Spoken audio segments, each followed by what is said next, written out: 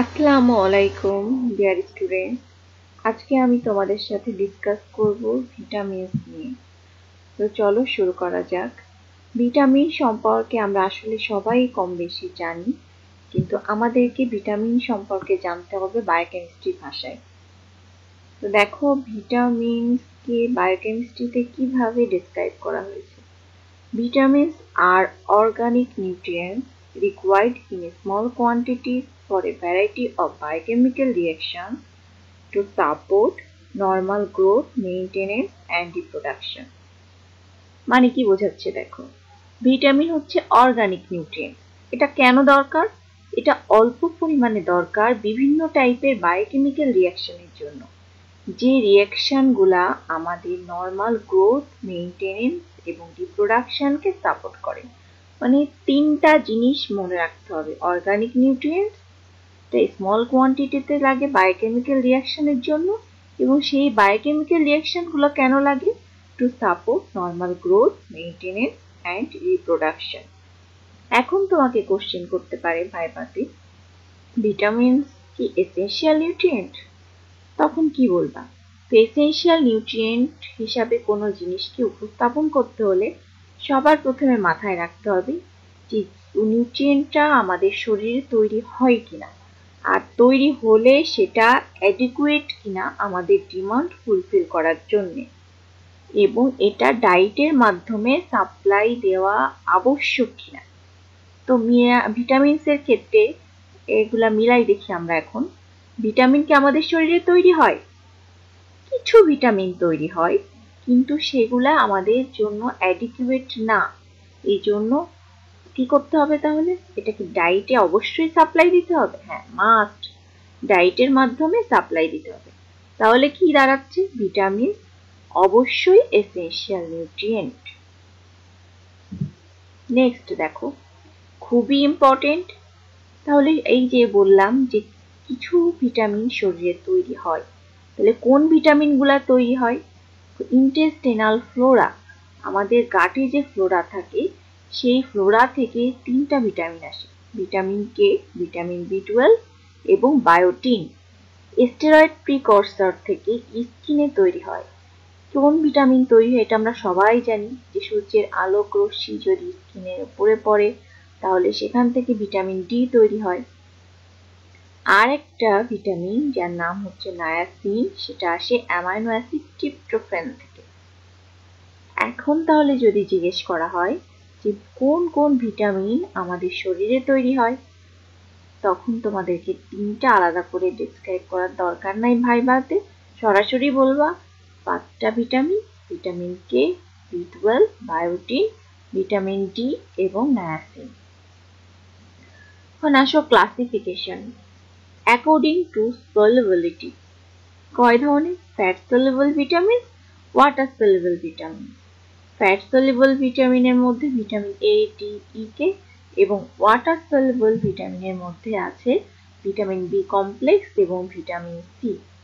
আমি তোমাদেরকে পড়াবো ওয়াটার সলিবল ভিটামিন। তো দেখো শুরু করি আমরা। ওয়াটার সলিবল কেন বলছি? এই শব্দটার মধ্যে কিন্তু লুকিয়ে আছে আমাদের উত্তর। ওয়াটার সলিবল মানে কি? এটা সলিবল ইন ওয়াটার। তাহলে কিসেও সলিবল না? ফ্যাট সলভেন্টে সলিবল না। এটা আমরা পরে যাব। এখন দেখো খুবই ইম্পর্টেন্ট পর্ব রিটেন এবং ভাইভা। ওয়াটার সলিবল ভিটামিনের কেমিক্যাল নেম এবং active form must to know. বারবার আমি এটা রিপিট করছি, এটা অবশ্যই জানতে হবে। যদিও তোমরা এটা কোএনজাইম পড়ার সময় কিছুটা পড়েছো। ভিটামিন সি কেমিক্যাল নেম এবং অ্যাক্টিভ ফর্ম অথবা ফাংশনাল ফর্ম একই জিনিস, ascorbic acid, ascorbic acid. Vitamin B কমপ্লেক্সের ক্ষেত্রে দেখো ভিটামিন বি1, যাকে আমরা কি বলি? Thiamine. Active form thiamine pyrophosphate. Vitamin B two riboflavin এবং এর active form FAD, FMN. Vitamin বি3 নায়াসিন অথবা nicotinic acid, active form NAD, NADP. Vitamin B five chemical name pantothenic acid এবং active form coenzyme A. Vitamin বি6 pyridoxine অথবা pyridoxal, active form pyridoxal phosphate. বায়োটিন active form এবং chemical name একই। Folic acid chemical name folic acid, কিন্তু active form হচ্ছে টেট্রাহাইড্রোফোলেট। অনেকে methyl টেট্রাহাইড্রোফোলেট বলে ফেলে, না, অবশ্যই অ্যাক্টিভ ফর্ম হচ্ছে টেট্রাহাইড্রোফোলেট, নট মিথাইল টেট্রাহাইড্রোফোলেট। ভিটামিন বি12 দেখো কোবালামিন, কিন্তু অ্যাক্টিভ ফর্ম কি এখানে আছে, মিথাইল কোবালামিন এবং ডিঅক্সি অ্যাডিনোসিল কোবালামিন। তোমরা যেখানে গন্ডগোল পাকাও সেটা কিন্তু আমি রিপিট করছি বারবার। ফোলিক অ্যাসিডের active form tetrahydrofolate, not methyl tetrahydrofolate. Methyl আছে কোথায়, কোবালামিনের সাথে, মিথাইল কোবালামিন, এটা অবশ্যই পড়তে হবে। এখন আসো ডিফারেন্স ওয়াটার এবং ফ্যাট সলিউবল ভিটামিন, খুবই সহজ, এটা তোমরা না পড়লেও পারবে। কিভাবে পারবে, সহজ কিছু টেকনিক মনে রেখে, যে ওয়াটার সলিউবল কেন, ফ্যাট সলিউবল কেন, কারণ এটা তো ওয়াটারে সলিউবল। যে ওয়াটারে সলিউবল সে অবশ্যই ওয়াটারকে পছন্দ করে, মানে হাইড্রোফিলিক। আর যে ওয়াটারে সলিউবলই না সে অবশ্যই হাইড্রোফোবিক হবে, মানে কি ওয়াটারকে ভয় পায়। আচ্ছা, নেক্সট অ্যাবজর্পশন। আমরা কোনো কিছু খেলে সেটা তো আগে ইন্টেস্টাইনে অ্যাবজর্পশন হবে, তারপরে রক্তে যাবে, তারপর সেখান থেকে বডিতে স্টোরড হতে পারে, কিছু এক্সক্রিয়েশন হয়ে যাবে কিছু। এটাই নর্মাল মেকানিজম। এইটা যদি মাথায় রাখো তাহলে বাকিগুলা লিখতে পারবা। প্রথমে বললাম সলিউবিলিটি, দেন ইন্টেস্টিনাল অ্যাবজর্পশন। তো ইন্টেস্টিনাল অ্যাবজর্পশন তাহলে কোনটা কিভাবে হবে, দেখো, যেহেতু ওয়াটার সলিউবল তার মানে এটা ফ্যাট অ্যাবজর্পশনের সাথে কোনো ডিপেন্ডেন্সি নাই, কিন্তু যে ফ্যাট সলিউবল ভিটামিন সে অবশ্যই ফ্যাট অ্যাবজর্পশনের উপর ডিপেন্ডেন্ট। পরকে ব্লাডে ট্রান্সপোর্ট, তো ব্লাডে ট্রান্সপোর্ট হওয়ার জন্য ওয়াটার সলিউবল ভিটামিনের কোনো লাইপোপ্রোটিন অথবা স্পেসিফিক প্রোটিনের দরকার হয় না, কিন্তু ফ্যাট সলিউবলের দরকার হয়।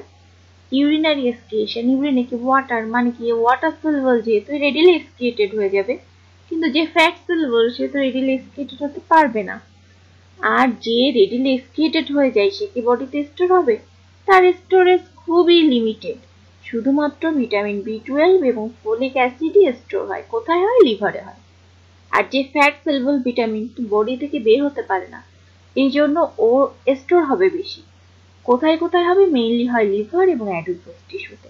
লিভারে দুইটা ভিটামিন, ভিটামিন এ, ডি, এবং অ্যাডিপোজ টিস্যুতে ভিটামিন ই এবং কে।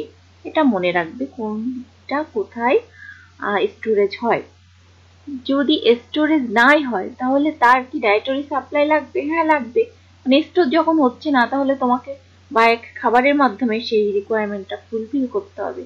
আর যেটা বডিতে স্টোর হয়ে আছে তার তো রেগুলার ডায়েটারি সাপ্লাই দরকার নাই, তাহলে যে স্টোর হয়ে আছে সে টক্সিসিটি তৈরি করবে, এটা তার কাছে কমন।